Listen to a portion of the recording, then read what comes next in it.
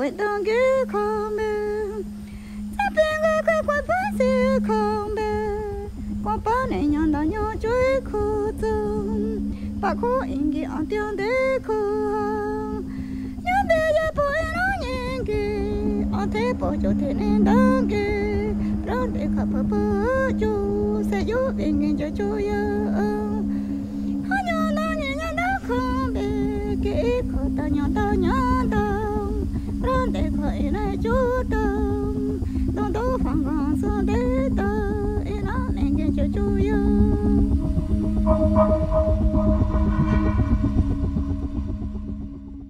That's the opening of a new film that tells the story. From the 1960s to the early 90s, Texaco, now Chevron, allegedly dumped 18 billion gallons of oil and toxic waste into the Amazon rainforest of Ecuador, creating a virtual cancer death zone the size of Rhode Island. Crude, the film, follows the case of a class action suit brought on behalf of 30,000 rainforest dwellers against the company. The film follows the lawyers, the science, but most importantly, the people of this part of the Amazon in their fight against big oil. We're joined by the director and producer of this documentary, acclaimed filmmaker Joe Berlinger. I'm sure you've seen his other work, including Brothers Keeper, Paradise Lost, and Metallica, Some Kind of Monster. We're also joined by actress and activist Trudie Styler, who, along with her husband, Sting, co-founded the Rainforest Foundation 20 years ago. Joe, let's start with that gorgeous opening. I was very struck with how you decided to start the film. Why did you go with this particular beginning? Well, you know, the lawsuit is extremely complicated, and it's kind of an excuse to make a larger film, to focus on a larger issue, and that's the plight of the indigenous people in this region and in general, how we've treated indigenous people throughout the centuries. The film begins with the Kofan woman singing her sad song, and the film ends, the final image is the Kofan people going downriver to God knows what existence, really because I wanted to focus people's attentions on what happened, what has befallen these people. It's a tragic story. You got into this subject sort of reluctantly. Yeah, I mean, I like to say I got dragged into this movie kicking and screaming.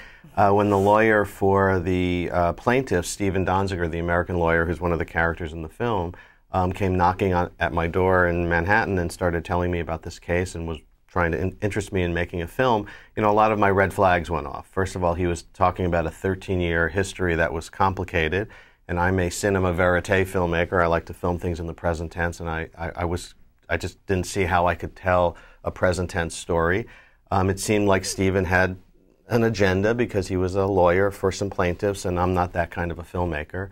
I was also concerned about how I was going to raise money for a film. I barely knew where Ecuador was. I had to check a map, and you know, I think some of my viewers, I feared some of my viewers would not care about the situation. But with all those red flags, Stephen took me down to the rainforest, and the pollution and the devastation was just far worse than you could have imagined, or I imagined.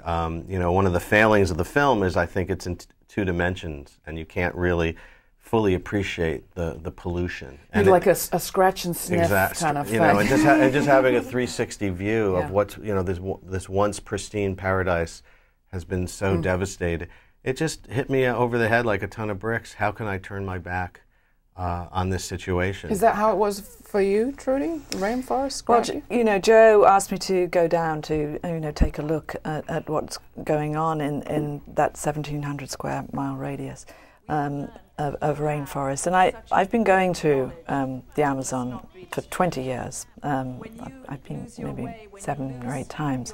But nothing could quite prepare me for what I saw on this occasion, because unlike any other of the projects that the Rainforest Foundation have dealt with, we've never come across one where the people who really literally cannot drink clean and safe water, that the water there that they're compelled to drink just stinks of petroleum, and we're seeing 3.5 decades later the chickens have come home to roost with the babies getting sort of terrible skin rashes, as you see in the film, from youngsters with leukemia and cancers, and many, many people have lost loved ones. There's a whole tribe of people that has just disappeared and that probably means they all died, because we don't know what happened to them.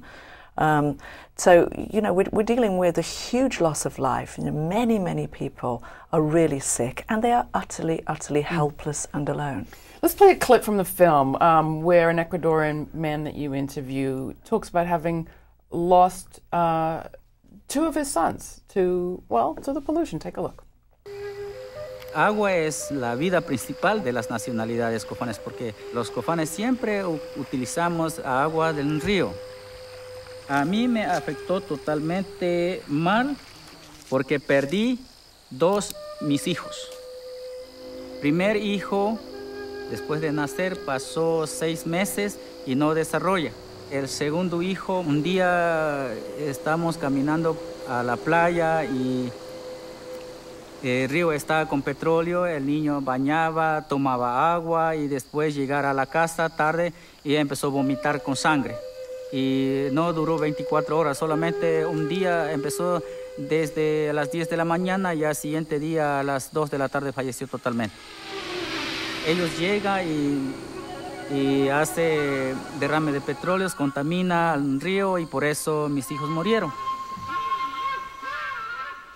We're talking about Crude, a film that looks at the origins, where the oil comes from in our economic system. One of the stories that you tell, the central story, Joe, is the story of the lawsuit, the lawyer who represents plaintiffs like this man.